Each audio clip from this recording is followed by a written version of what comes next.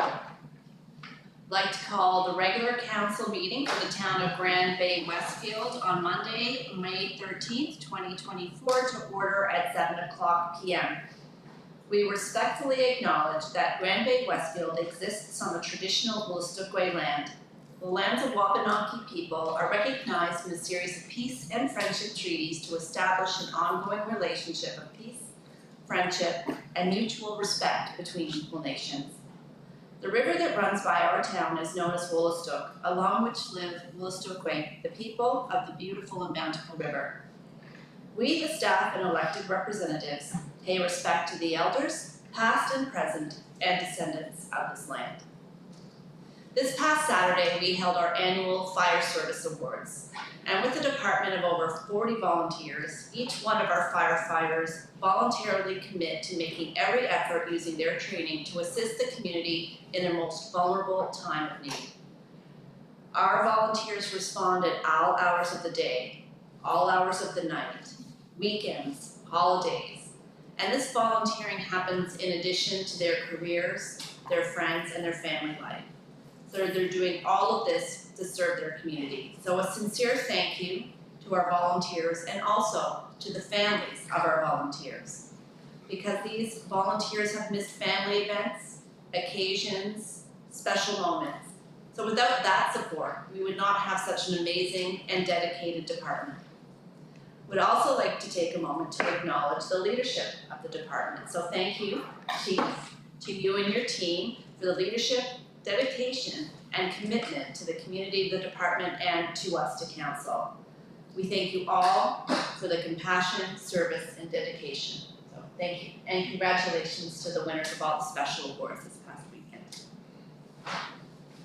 We'll move on to item 4, record of attendance. We have everyone in attendance with the exception of Councillor Day, who sends her regrets. We will move on to agenda approval. The motion is that the Council of the Town of Grand Bay-Westfield approve the agenda of May 13th, 2024 as presented, with the exception of moving items 7B up to 7A and 7A down to 7B. Do I have a motion? Thank you, Deputy Mayor Toole, and that was a second by Councillor Bellmans.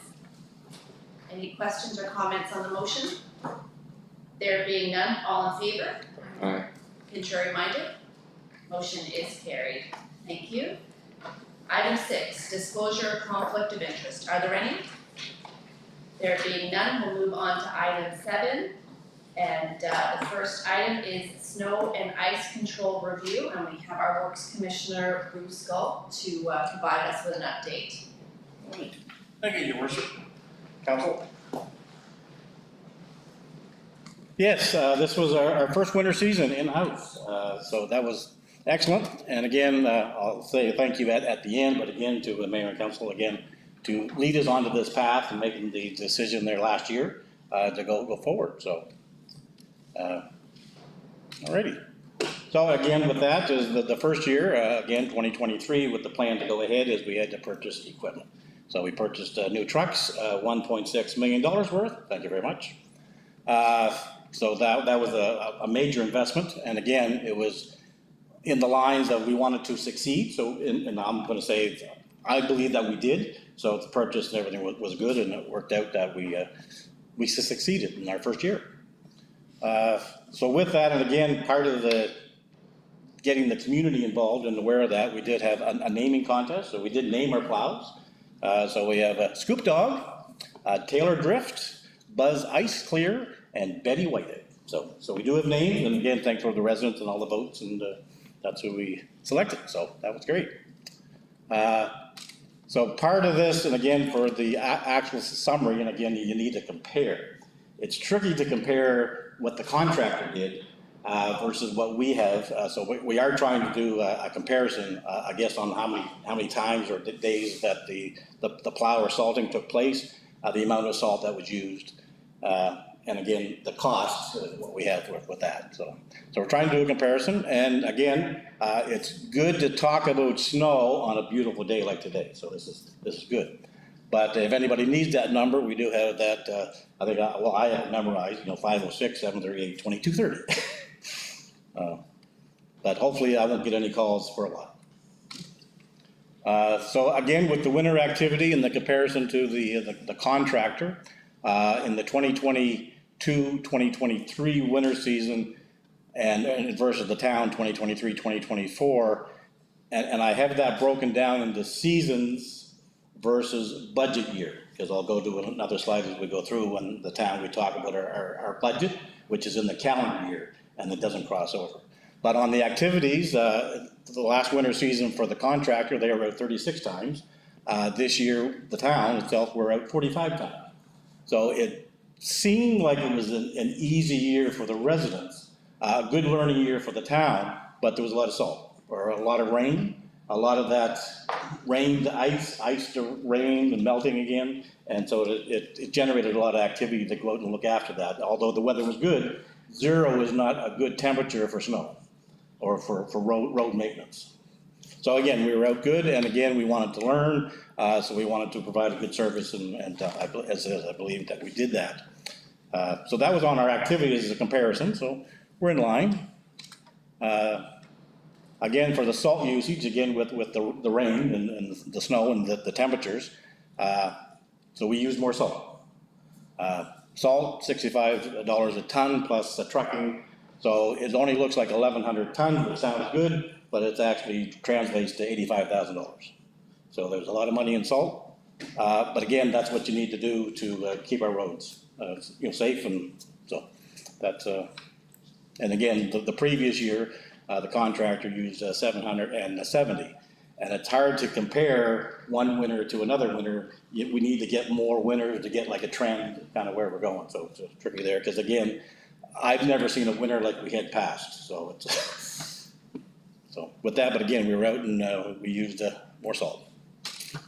And again, this is the first one. Again, when we started back in 2023, is we had a contractor, and the price was $690,000 for a winter season. And again, I used the winter season because of November to April, the crossover years. When we went to the new tender for contract, the price came in at $1 million. So, and again, at that point, we crossed that tipping point where we felt that we could do it less than $1 million, which again, from the results coming through, is we are. So we're more than what it was before, but again, with all the price increases and everything, that wasn't realistic that we would get the same price, but we would be under the $1 million, which we are. So that was good. So good decision again on the mayor and council. Now, again, as I referenced winter season, now we're getting into our budget. And again, with this, our budget comparison for 2024. So we budgeted, again, on the table there, January 1st to April 15th, we budgeted $643,000. Our actual is $586, so there's a potential saving of $56,000, potential. As we have down below is what we're recommending that later in 2024, depending on what the forecast is for snow and ice, any savings get moved into the reserve fund. And again, it's hard to sort of, again, at this point in time, because we're doing a calendar year, which also includes the weather event that's going to happen November to December of this year. Is it going to be an easy month or two, or is it going to be hard? We just don't really know. So again, that's when it comes to the reserves, and we don't want to use it up now in case we need it at the end. But again, if there is a savings, we'd like to get to go into reserves. And again, as I mentioned earlier, and again for the plowing and pre-planning 23, getting the trucks, and again looking to get our crew in operation to succeed. And I'm just going to back up here real quickly, because I believe okay, maybe we took that picture in, but we had training in October for our operators. So again, is trying to get us to succeed through that, and that worked good. And with the training, the town has also done something new. With that is we went to a virtual road weather information system. The town has won an award in conjunction with the WSP Canada for the road weather information system, but it was virtual. So as a result of virtual, you didn't have to purchase the initial hardware and mount it out in the road, which just goes between like $75,000 to $100,000, depending on the sensors you need to do that and the ongoing maintenance with that. So again, I guess WSP is currently providing, road weather information for DDTI. So that's how we kind of gone into that, because we're aware of that. But they had a new system which is virtual, so they were able to do their studies and come up with a site and the forecast for a specific area. And in our case, we chose the intersection of River Valley and Upper Park Road, just as a place to go through. So with that, so that was good. And so that's how we plan and do the forecast, because again, it's the weather forecast that everybody listens to, but a little more detail as to how the town can plan ahead. And with this, it comes by email. And again, I can say whoever gets on that, but currently right now it goes to myself, the public works superintendent, and our road patrol person. So they get the emails, it comes 4 times a day, they're able to update the weather and then plan the resources and what they needed to go ahead. So that all worked out good. On the screen is a sample of what we get every 4 hours. A lot of nice colors there. Different colors mean different things. The light blue again is flurries, the dark blue is snow. And then we go, and that's what we had a lot of. Is oh, then it snowed, then it rained, and then it snowed again. So again, different applications on the road, and then going down through to the bottom, there's a line there on the pavement temperature where it was estimated at -5, and then it went to +2, then it went to 0, then it went to +1, and then back to 0. So we had this up and down. But again, with the forecast, we were able to kind of plan, think ahead, okay, what am I doing at supper time, what's going on, what resources do I need? So that allows us to plan ahead. Now, I didn't show it here, but there's also, so this is a daily forecast, but they also include a 7-day forecast. So that allows us to plan out what's going on the weekend, what's going over, so 7 days out. So again, that was, allow us to plan, get the resources, get the trucks, the equipment, what do we need. So worked good. Or I thought it worked good, I guess, with that, because again, I found it very useful information to get our crews going. So that was winter, but of course, we learned a lot. This was our first try. We knew some stuff, but now we have a little more. And again, with that, we never had the large trucks, and we had our snow training for the guys. So the staff, I'm gonna say, we learned quickly. And we did a great job, so I think that's good there. What we also learned is not every storm is the same. Snowstorms, there's a gradual build-up where, mounts up and you can plow off and go through. That takes time, depending on how fast it comes. The intensity, you can get it off, but a 2-hour route, well, if it's, and you've probably seen, we didn't have storms like that this year, knock on wood, but we have had years where you get, it snows, the plow goes down, like an hour later, they say, well, the plow hasn't been there because it snowed so fast. So those are different storms. And again, this year, we had a lot of the zeros, so we had freezing rain and rain. That ran into its own problems because it was +1, everything was good. Then all of a sudden it was -1, everything froze, but it did it simultaneously everywhere throughout the town. So everything was icy, there was no gradual buildup, it was all bad at one time. So that generated some other problems or ways that we need to look after that. So again, that was a different type of storm. And then we're into the spring season where we get to these dew points and black ice that don't affect the entire town, just certain spots. So there's things that we need to work on, which we will. But again, we're learning as we go. So not every storm is the same, for sure. Some other lessons learned is not all trucks are suitable for all roadways. Turning radiuses and cul-de-sacs are an issue. So you can't send the big truck or move it, so there's issues through there. The time it takes to service a plow route both directions. And again, on the weather conditions, you do one side of the road, but then you gotta, if you go out for an hour in the back, you're already an hour, so a lot of learning through there. And back to the example I was talking about earlier, how fast it snows, that really affects how fast you can get to your 1, 2s, and 3s. As it may snow fast enough that your priority 1 needs to be done again because it filled back in again. And then you're not able to get to the 2s and 3s depending on where that goes with the EE equipment. And again, with the zeros, again, a lot of things that we learned, with the zero temperature, again, when everything is frozen -15, plows can go pretty much everywhere, not an issue. But when you're 0, you can't really plow the gravel roads because you just plow them up. And we had a lot of zeros, so we just need to understand that better and figure out sort of ways to do that. And again, a lot of these things will be incorporated into the revised snow and ice plan when that comes back to council, these little notes that we're learning on. And again, this was just the first year. Different winter, we didn't have a lot of snow, so we're still continuing on this journey of learning, and there'll be a lot to learn. But as I said, I think this year was a good first year. I think everybody did good, and this is why I'm thanking everybody, for the residents, for their patience, because again, they're the ones that get impacted with that. So thank you for your patience on that, for assisting us in learning. And again, council, administrative officer, senior leadership team, again, we're all a team coming through, and again, the administrative team there, because again, answering the calls when we get it during the snow, payroll, because we got overtime coming through, so there's a lot of changes in the office for that to come through.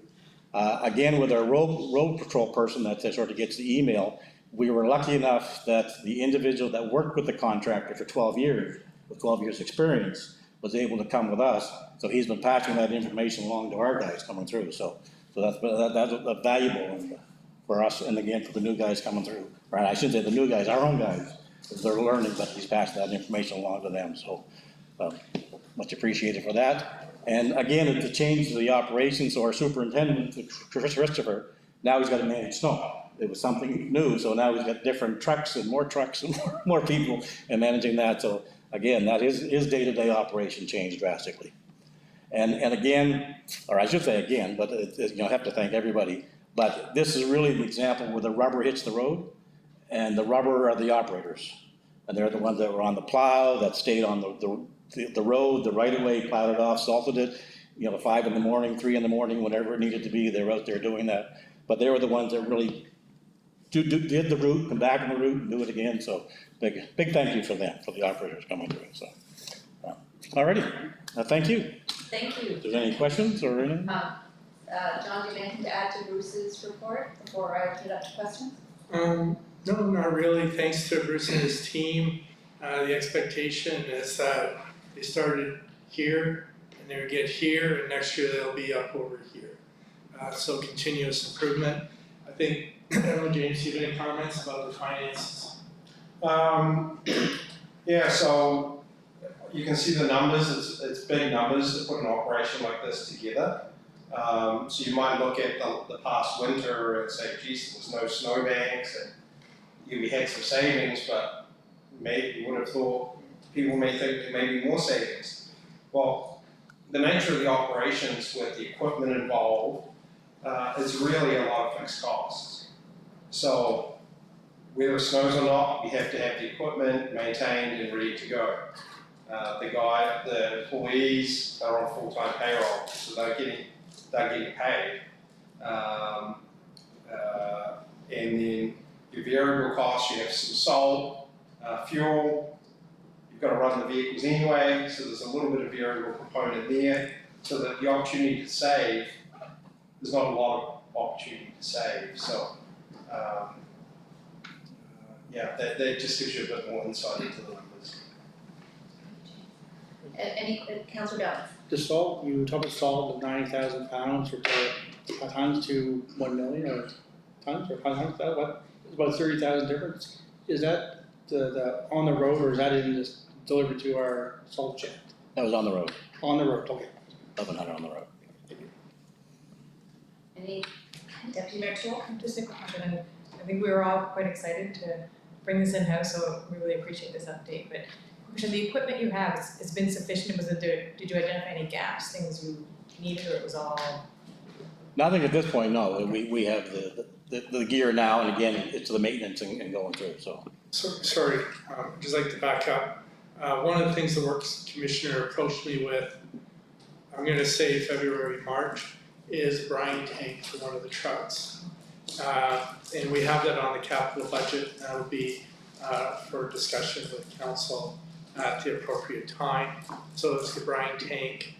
I think that was about it. And then getting back to Councillor Bailman's ongoing questions about the condition of the equipment. We're very fortunate that Gemtech provided a report to prepare us to be able to assess if the tender was a good tender or not.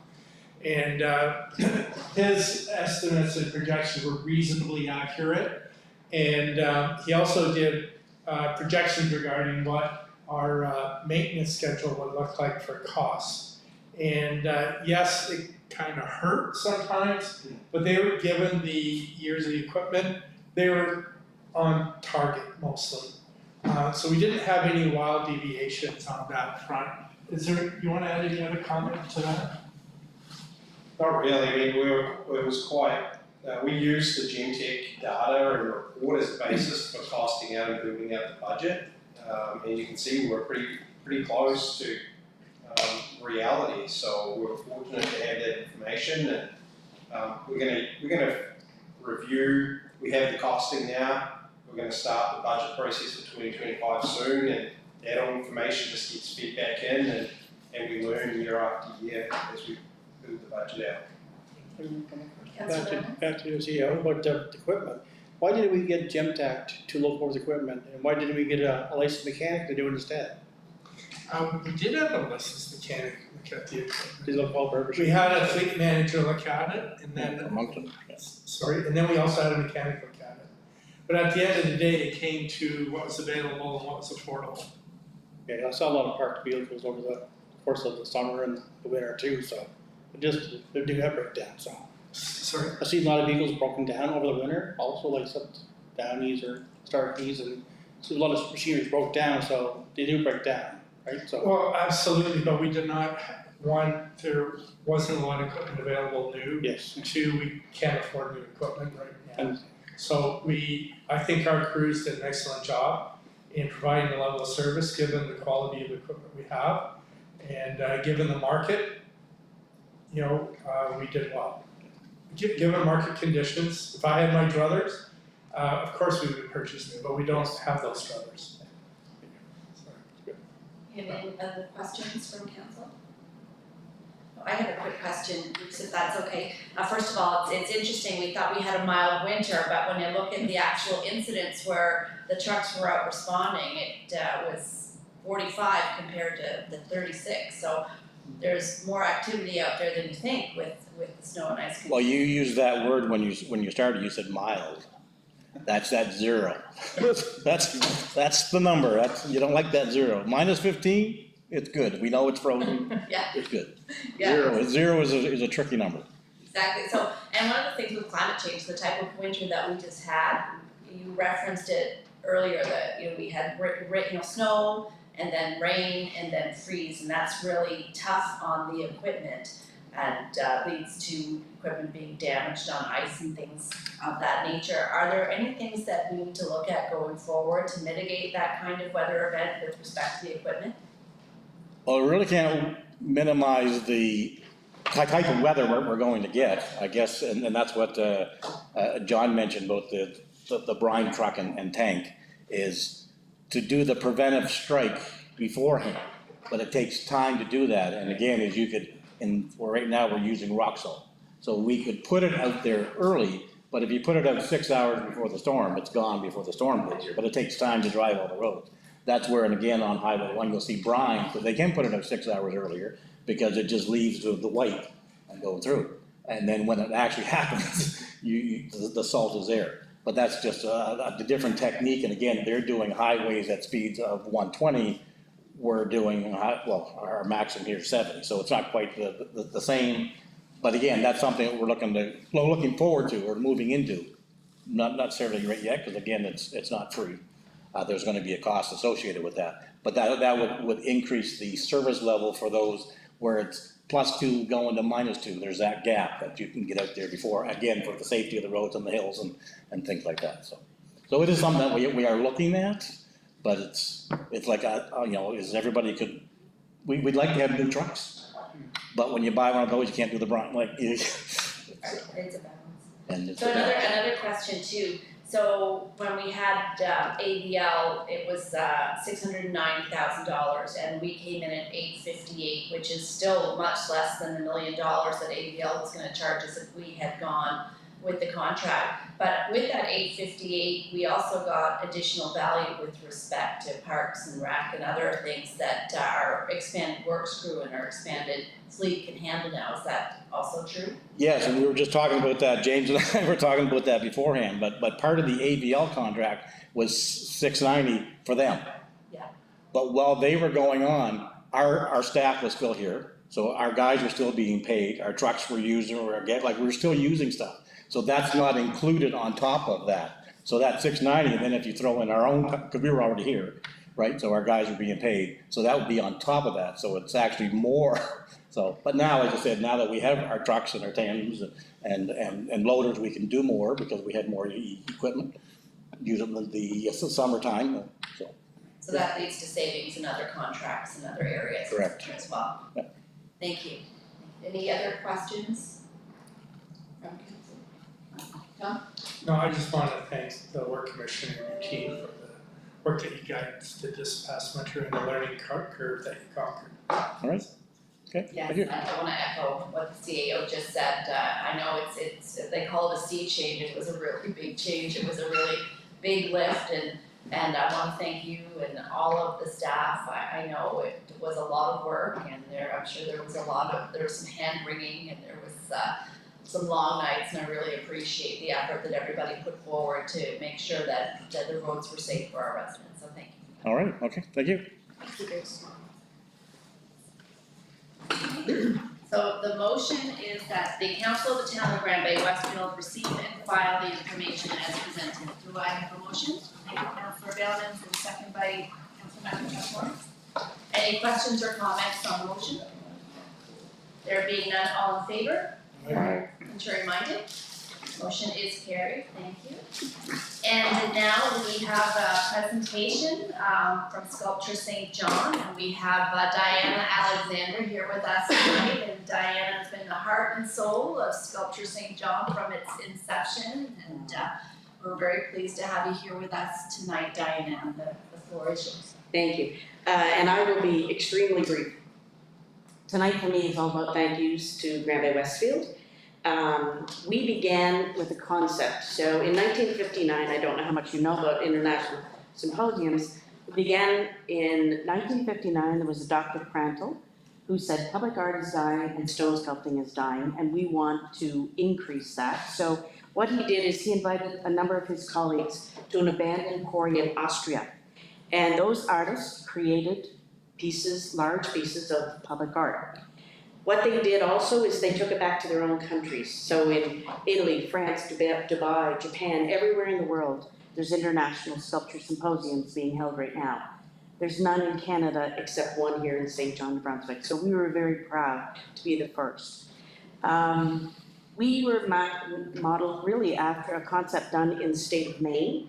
The Schoodic International Sculpture Symposium had 5 symposiums there, and there was a gentleman by the name of Ken Waywood who was a sculptor in St. Andrews, New Brunswick, and he approached the St. John Arts Board and said, is St. John interested in doing an international sculpture symposium here in New Brunswick? Took a little toing and froing, but they said yes. And at that point, and I wasn't involved in the beginning, they approached several communities and said, are you willing to buy into this concept? And it was a concept. It really was. Even when I came on as executive director and president of the board, chair of the board, for me it was a concept. We're going to bring artists from all over the world. We're going to put them on the waterfront, and for 6 weeks, they're going to take giant pieces of rock and they're going to make it into public art. And it's going to be open to the public, and everybody's going to be able to come and see how public art is created. And I have to say, Grand Bay-Westfield was the first community to say, yes, we're in. And since then, obviously you've been in 5 times, and we finished in 2022 with our final symposium. And over that time, you have been welcoming our artists from all over the world. You look at, you have an artist here from Bulgaria, from Italy, from France, from Turkey, and of course here in Canada. And you welcomed them all as a community in every way that you can. They felt like they were part of Grand Bay-Westfield. What we've created over the decade that we were doing these symposiums was 38 pieces of public art here in New Brunswick. Add that to the 34 pieces in the state of Maine, and you get an international sculpture trail of 72 pieces of public art. Very, very significant when you look at such a small area. Grand Bay-Westfield has been able to be a significant part of having a trail within a trail. And you have punched way above your weight as far as that goes. I guess tonight is, for me, all about just saying thank you. Obviously, we're finished, we're done, and now we're willing for someone else to take it on and start again. But over the last year and a half, what we've been creating is a legacy. So we have a video that's going to be coming out over the next couple of days, and that video will very much feature Grand Bay-Westfield and the sculptures you have here and the history that you have. So that will be going on our website and several other places and on Facebook and every place else. So it really will highlight Grand Bay-Westfield. The second part of that piece, and I brought a few tonight, I have more that are available. We have updated our map, and so what that does, again, is highlight all of the pieces in Grand Bay-Westfield and throughout the community.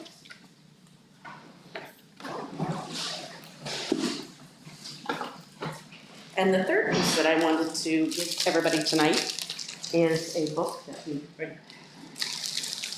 That'd be a song.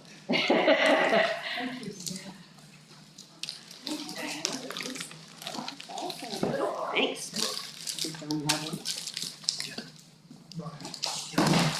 Thank you. No. Oh, yeah, we're counted it. Yes. All right. So as I say, it's really tonight just for me to say thank you very much for being involved. Thank you for the support of our artists. A community that supports public art is really more complete. You welcome people in a different way when you support public art. And I think that's a very important part of being a complete community, is to really support public art and what you're doing. And I just want to say thank you. Well, thank you, Diana. I have to say that I'm very proud of the fact that we are the only municipality in the program that has all 5 sculptures. And I really have to thank the leadership and the foresight of previous councils that led us to this point in the trail within the trail. And you know, Councillor Day is an example. She's not here tonight, but she would have been on every council that would have done that. And Councillor Bellman's was here as well. And the council that's here around the table was involved in the most recent 2022 sculpture decision.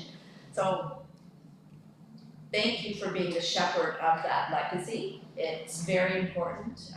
Public art is very important. It leads to quality of life for residents, allows people that don't necessarily have access to art in a way that they choose to have access to it and experience it. So again, thank you for the legacy. The book is gorgeous. Council, do you have any questions or comments for Diana while we have her here? Thank you. Looks like Thank you very much. Yes, again, I know you came here to thank us, but I think it's very important for us to thank you. Take care. Thank you. Thank you. Oh, Diana, Yes. if we need extra books, are we able to get those through you? Yes, sure. Okay, wonderful, so we can make contact with you. Yep, no problem. All right, thank you very much. So the motion is that the council of the town of Grand Bay receive and file the information as presented. Councillor Malcolm, thank you. Mr. Second, Deputy Mayor Toole, thank you. Any questions or comments on the motion? There being none, all in favor? Aye. Contrary minded? Motion is carried, thank you. Item 8, minutes of previous meeting. 8A, regular council minutes of April 22nd, 2024. The motion is that the council of the town of Grand Bay-Westfield adopt the minutes of the regular meeting of April 22nd, 2024 as presented. Do I have a motion? Thank you, Councillor Murphy. Do I have a second? Councillor McIntosh Lawrence. Any questions or comments on the motion? There being none, all in favor? Contrary minded? Motion is carried, thank you.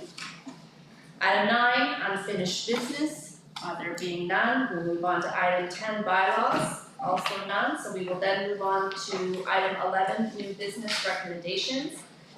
11A, CCBF funding agreement 2024, and John, can you speak to the item please?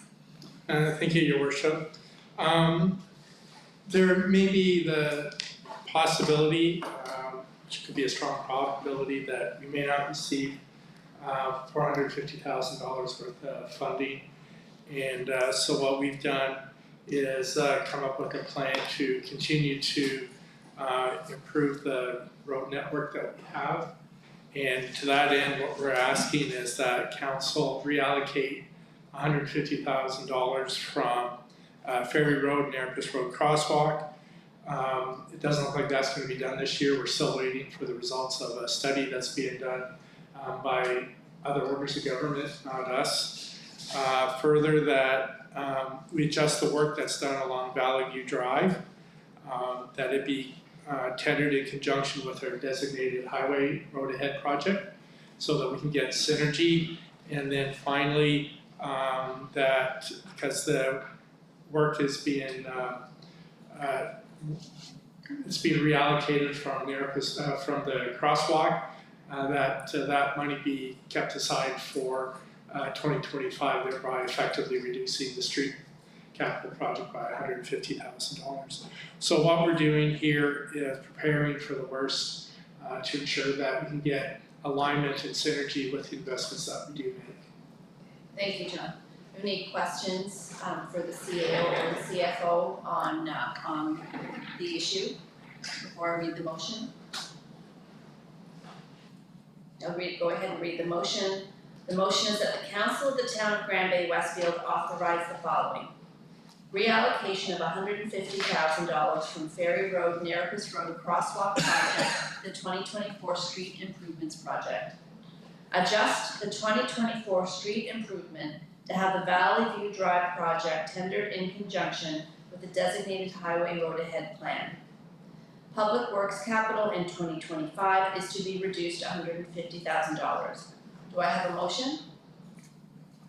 Thank you, Deputy Mayor Toole. Do I have a second? Second. Councillor Balcom. Any questions or comments on the motion? There being none, all in favor? Aye. Contrary minded? Motion is carried, thank you. And I don't know if anyone is watching is aware of what the CCBF is. It's the Canada Community Building Fund. It's the former gas tax, if anyone is familiar with that term.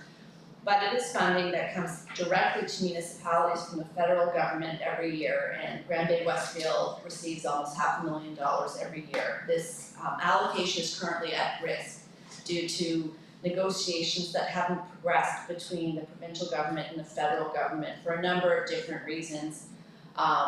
One of which is that the federal government is attempting to place federal priorities onto the allocation and use of this funding. So there are some negotiation difficulties going on there.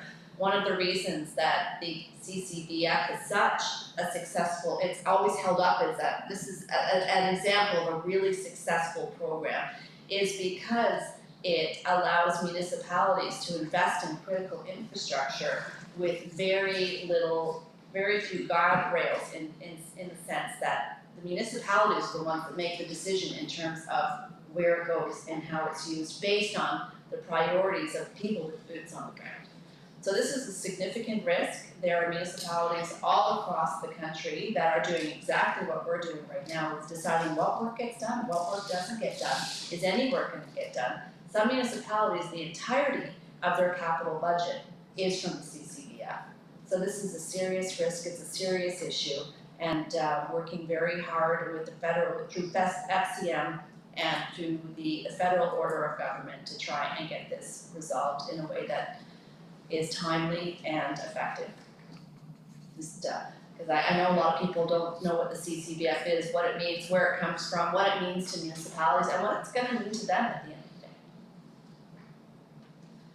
Right, we'll move on to item 11B, Q1 general revenue projections, and John? Yeah, I'm gonna turn it over to our CFO. Due to other issues and stuff, we weren't able to get this to you in April. But the CFO is diligently looking for a new financial software program that will improve our ability so that this could happen perhaps on a monthly basis. I'm gonna turn it over to the CFO. Thank you. Your worship, the council, we have prepared the Q1 financial forecast with the assistance of all the department heads. So this is quite a process. All the department heads, they review their budgets, look at spend to date, look at future challenges or opportunities that might be coming forward, and then we collate the results. So I'm not going to go through the report line by line, but once I've finished the summary, if anyone does have any questions, I'm more than happy to answer. So we are projecting a small surplus of 59,000. Revenues have been higher than expected by about 82,000. We've been fortunate enough to receive some grants that we weren't anticipating. Interest earned is higher than budgeted, and we did receive some local governance reform costs from the provincial government. On the flip side, expenses are also higher.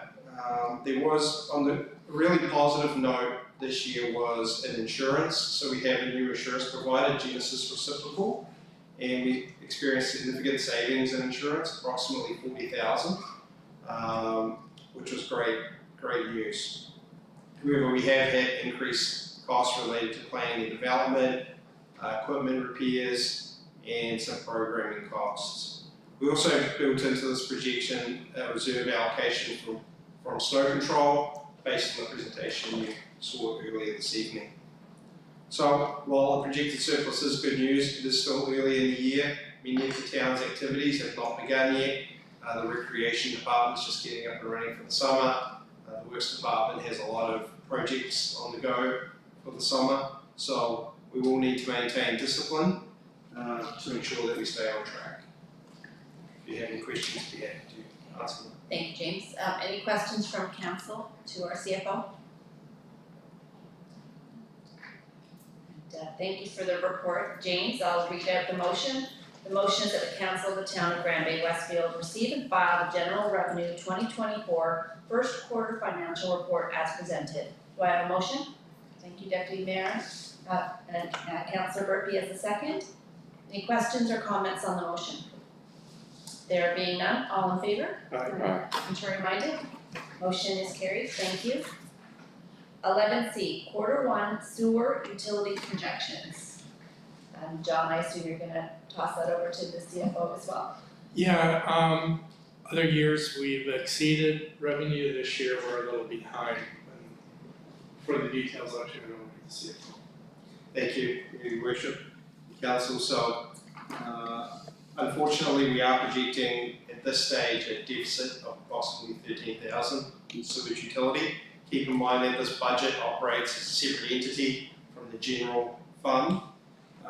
So revenues are below expectations. We assume a certain amount of new connections each year, and we haven't had any this year. So we're hopeful that in conjunction with the development officer, we're hopeful that as we progress through the rest of the year, there will be some new connections and some new developments. So revenue is down and expenses are higher than we expected. So it's a little bit of a double whammy. Insurance, although overall there were savings of insurance, just the way that the breakdown of the premiums came, there was an increased cost for the utility. We had to buy some computer equipment because the laptop was at the end of life. And one of the other factors that people might not be aware of that impacts the utility is power. It's pretty heavy on the energy consumption, despite mitigation efforts with the installation of the solar array. There's still lift stations, grinding stations, lots of other infrastructure that gets powered from the grid. And EV Power have increased their rates over 13%. That's more than we anticipated that rates would go up. So it's challenging, but there are a number of contingencies built into this budget. So as we progress through the year, and we don't have any issues, there is an opportunity to claw back the deficit. Thank you, James. Do you have any questions for the CFO? There being none, the motion is that the council of the town of Grand Bay-Westfield receive and file the sewage utility 2024 first quarter financial report as presented.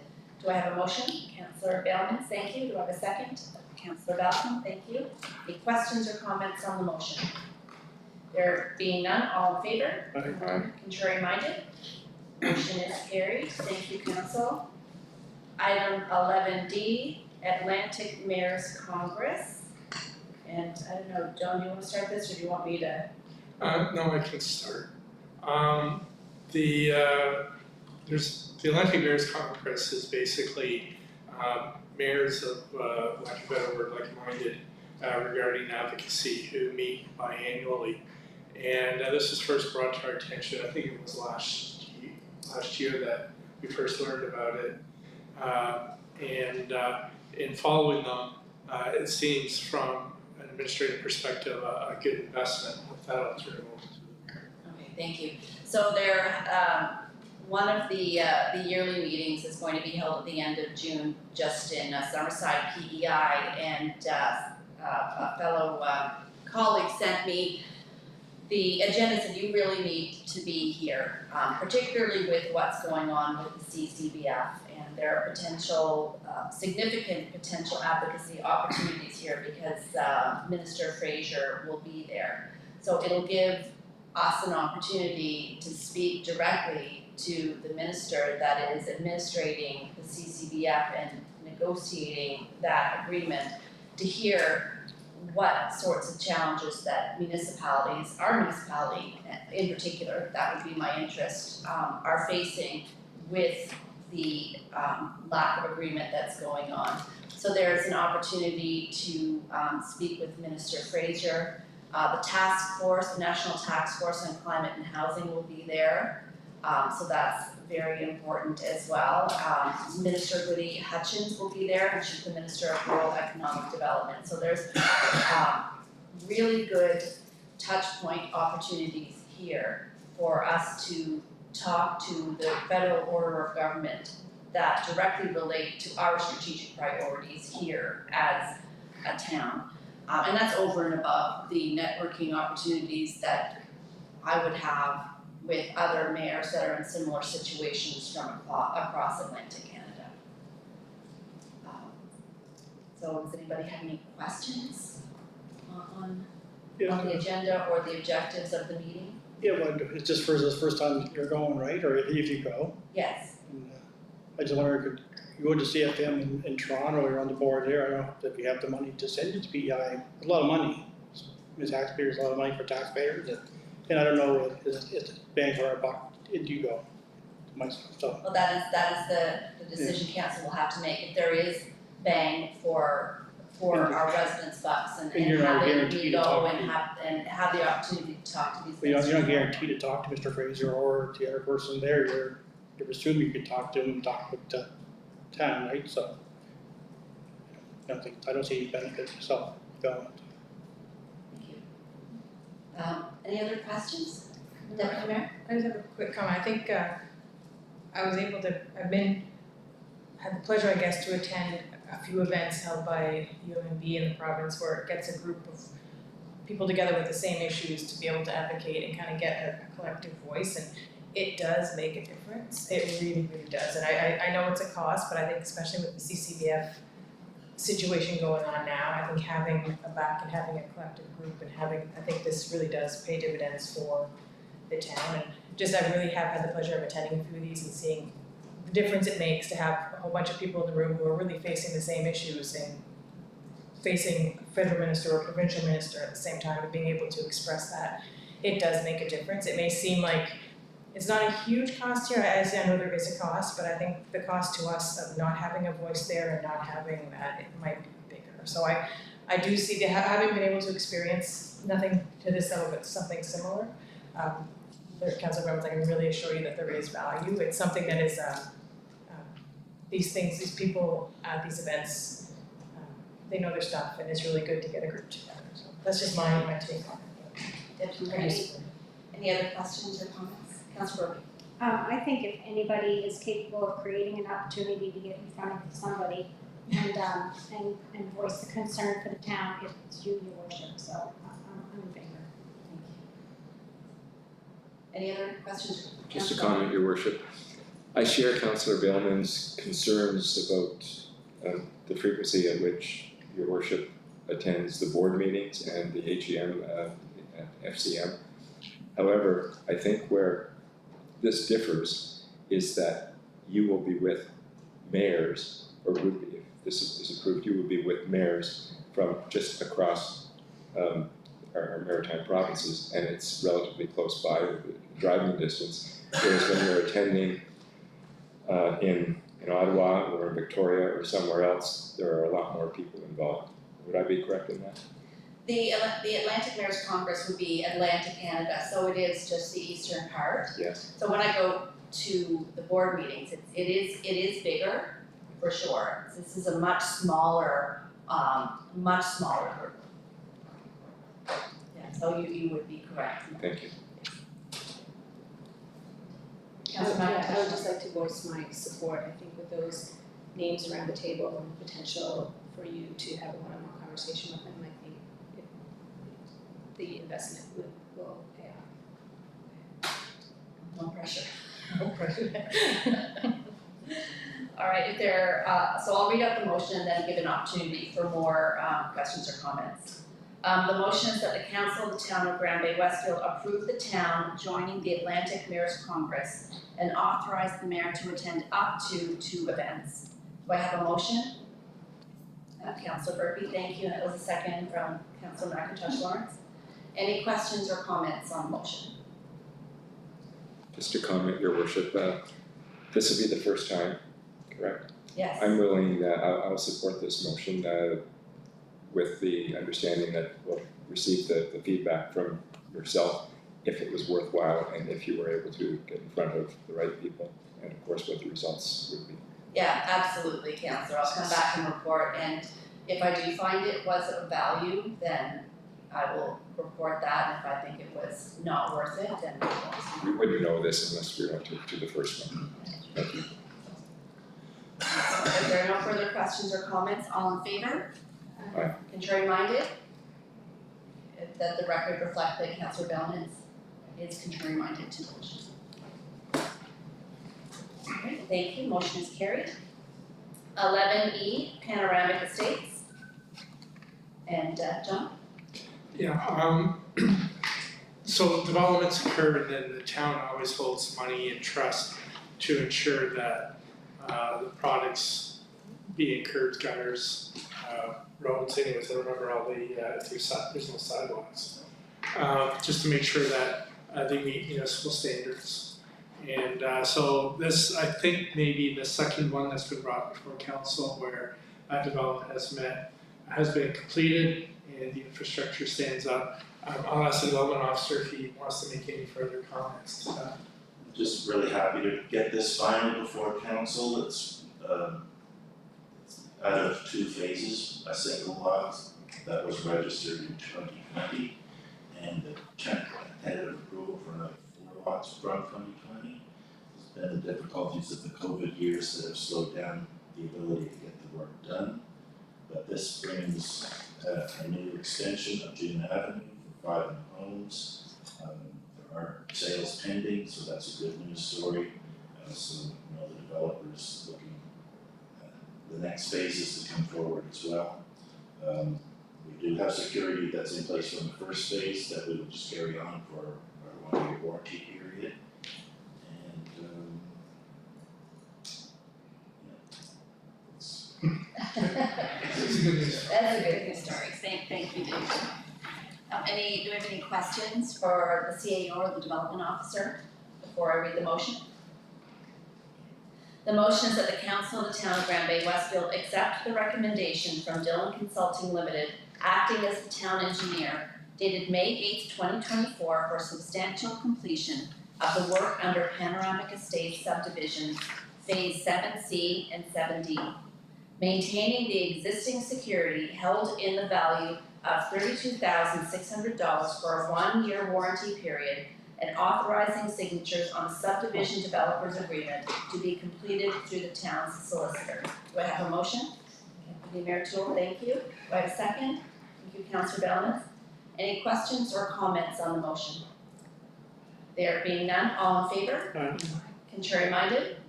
Motion is carried. Thank you, council. And thank you, David.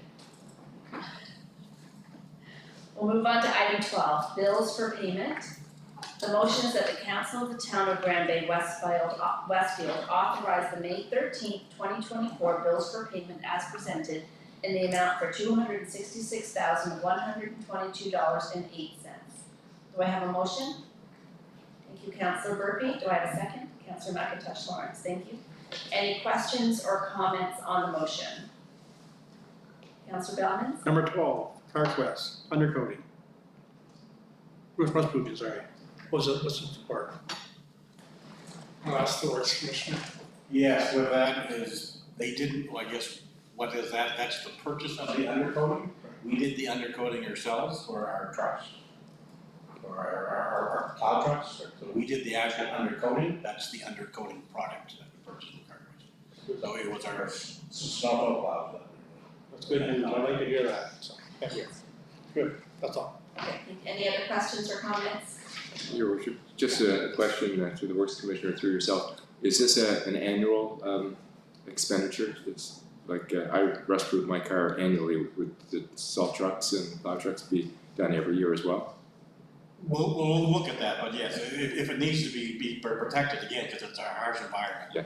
We will do that again. We're doing the work ourselves. Right. So it's just a product that we have to. Fantastic. Thank you. Protect our investment. Thank you, Your Worship. Alright, there are no further questions or comments. All in favor? Aye. Contrary minded? Motion is carried. Thanks. For a second there, I couldn't remember if I'd gotten the motion first and seconded, so. We'll move on to item 13, consent agenda. 13A, minutes, RVCC board meeting, November 2023. B, minutes, RVCC board meeting, January 2024. C, minutes, RVCC board meeting, February 2024. D, Big Brothers Big Sisters Bowl for Kids' Sake. E, building inspector's report, April 2024. F, letter, provincial municipal highway partnership. G, Canada Games. End consent agenda.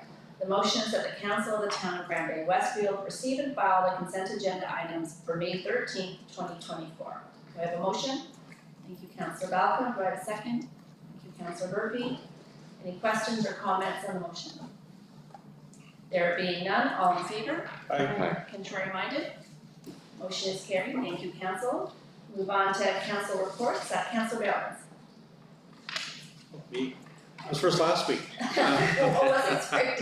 That's all, I'm the other I sort of district. guess, I sort of do as I go along. Okay, I attended the Pro Kids meeting on the end of last Wednesday of last month, and we're both got a full-time manager, so just help move things a little more smoother and get this stuff going on a little better, easier in the Pro Kids organization. And I attended the Lion Barbecue and Bingo at Saturday, and I attended the Fire Service Awards on the 15th. There was a good night, so good food, so thank you. So. Thank you, Councillor. Councillor McIntosh Lawrence. Thank you. April 23rd, I attended the monthly RBCC meeting. Out of that, I think I mentioned before, Rock the Rink is scheduled for June 8th. Ball hockey started May 5th. They have four summer students starting, 3 summer camp counselors, and 1 facility supervisor maintenance student. And Chase the Ace is still allowed to kick it, so get your tickets. May 6th, we had our monthly Community Vitality Committee meeting, and so right now we're busy planning the bike rodeo and Canada Day. May 8th, I attended the St. John Airport announcement, which was a new airline Pascagoula out of Quebec offering a route from Bathurst to St. John to Halifax daily, twice So it would stop in St. John twice a day, so Bathurst, St. John, Halifax, St. John, Bathurst. So that was a good news story. And finally, May 11th, Saturday, that was a busy day with the Lions Appreciation event and also the Fire Service Awards. Thank you, Councillor. Deputy Mayor Toole.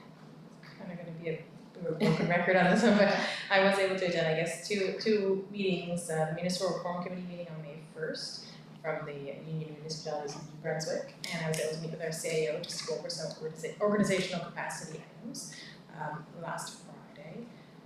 I was also part of the Community Vitality meeting that Councillor McIntosh Lawrence runs, and it's really exciting, the candidates coming together, so that's gonna be great.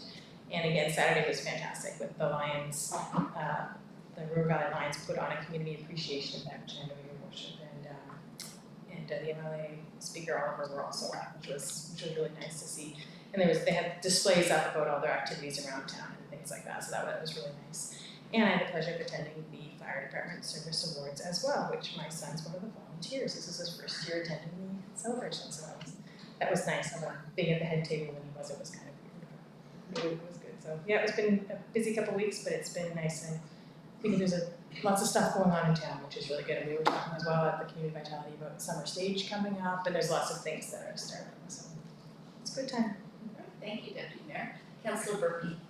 So you're gonna hear a lot of the same stuff from me. On April 24th, though, I did attend the Dorothy in Wonderland at River Valley Middle School, and a lot of young talent, and it was a really entertaining show. Excuse me, it was a packed house. James's daughter did an excellent performance. It was a big part, so they were, you could tell they were all just having the best time, and it was a really good night. Then on May 8th, as well as your worship and Councillor McIntosh Lawrence, I also attended the St. John Airport AGM, and we boarded the plane that was parked out in the parking lot. And then on Saturday, which was a really busy day, attended the Lions Community Appreciation at Brundage Point, which was also a good turnout with the free barbecue and bingo. And then Saturday night, the firefighters, volunteer firefighters awards, and I would just like to offer congratulations and gratitude to all of the committed volunteers. Thank you. That's it for me. Councillor Bell. Thank you, Your Worship. Same thing. On Saturday, later in the afternoon than fellow council members, I got to attend the Lions Club Community Appreciation event. I had no idea that from the history of the organization and the memorabilia that was on display that the Lions Club locally here has been involved in a lot of events and initiatives. When they're all pieced together like that in such an event, it really does hit home. I do know that the Lions Club is looking for more volunteers. So for anybody out there who wants to get involved, just contact the Lions Club. And again, thank you for the Lions Club for what they do in the community. Later that evening, I also had the pleasure of attending the Fire Services Awards. And at the end of every such banquet, I think I've been to 3 thus far, I go home feeling an awful lot safer and appreciate that we have such a wonderful fire service with 40-some volunteer firemen and women, firefighters, who give up time, who have to change personal plans just to keep us safe. So I echo the Mayor's comments earlier and the fellow councillors. Thank you, Chief, for leading such a wonderful crew, a wonderful department, and it really is fantastic that we have the top-notch service. So it was an honor to have been there. And finally, last week I did attend the annual meeting of Crane Mountain Enhancement Inc. It wasn't very well attended, but that is the watchdog organization of the operation of Crane Mountain. And one of the items that was brought up was the grant system from the Community Enhancement Inc. This year, they received over $1 million worth of applications from community organizations, and they only had approximately $85,000 to disperse. So the need is much greater, and the amount to be given out is about the same. I think it's 1 penny per ton. I think that's what it is. Maybe it's time that be increased a little bit. That's it for my report, Your Worship. Thank you, Councillor. A lot of my report will be the same. This is the sad part about going last, but I'll start with some of the things that were different. In my capacity as first VP with UMNB, I met with Minister Dominic LeBlanc to advocate for the CCBF. I know I sound like a bit of a broken record on the CCBF, but I can't overstate how important that funding is to our municipalities across the province and across the nation. So to advocate for the CCBF, to remove any sort of conditions on that funding and get the deal signed.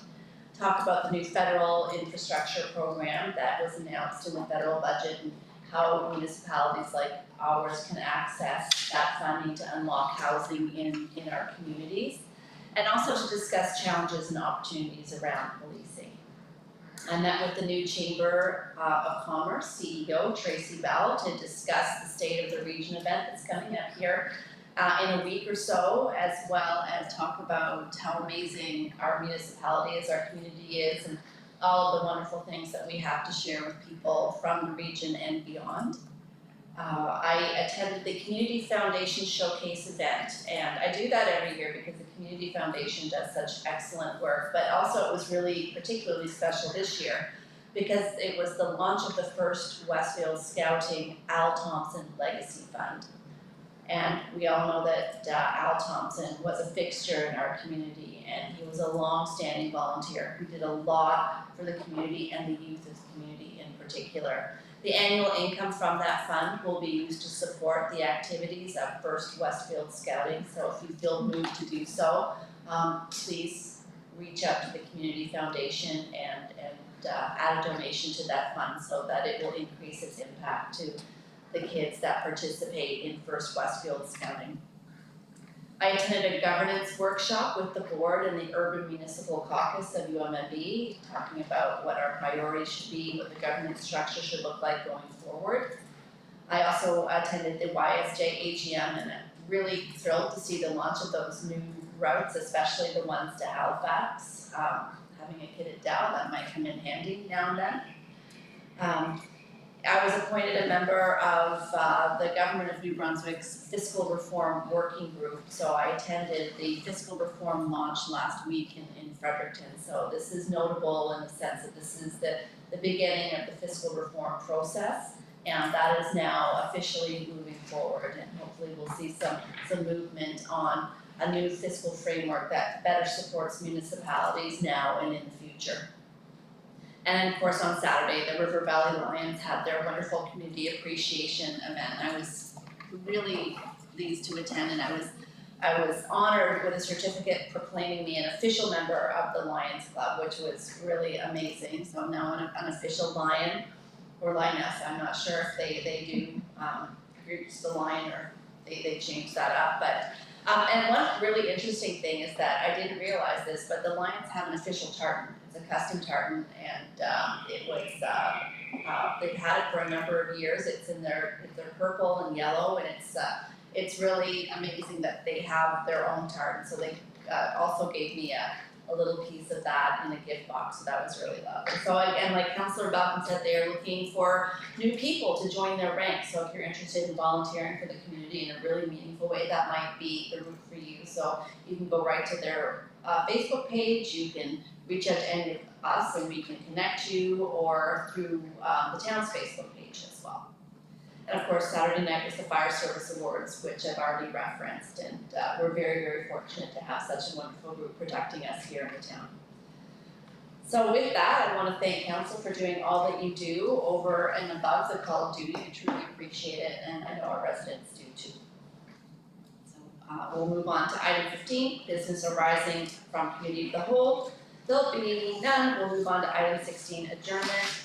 And the motion is that the council of the council of the town of Grand Bay Westfield adjourn the meeting at 8:10 p.m. Do I have a motion? Thank you, Councillor McIntosh Lawrence. Do I have a second? Councillor Burpee, thank you. Any questions or comments on the motion? All in favor? Contrary minded? Motion is carried. Thank you, Councillor. Thank you, team.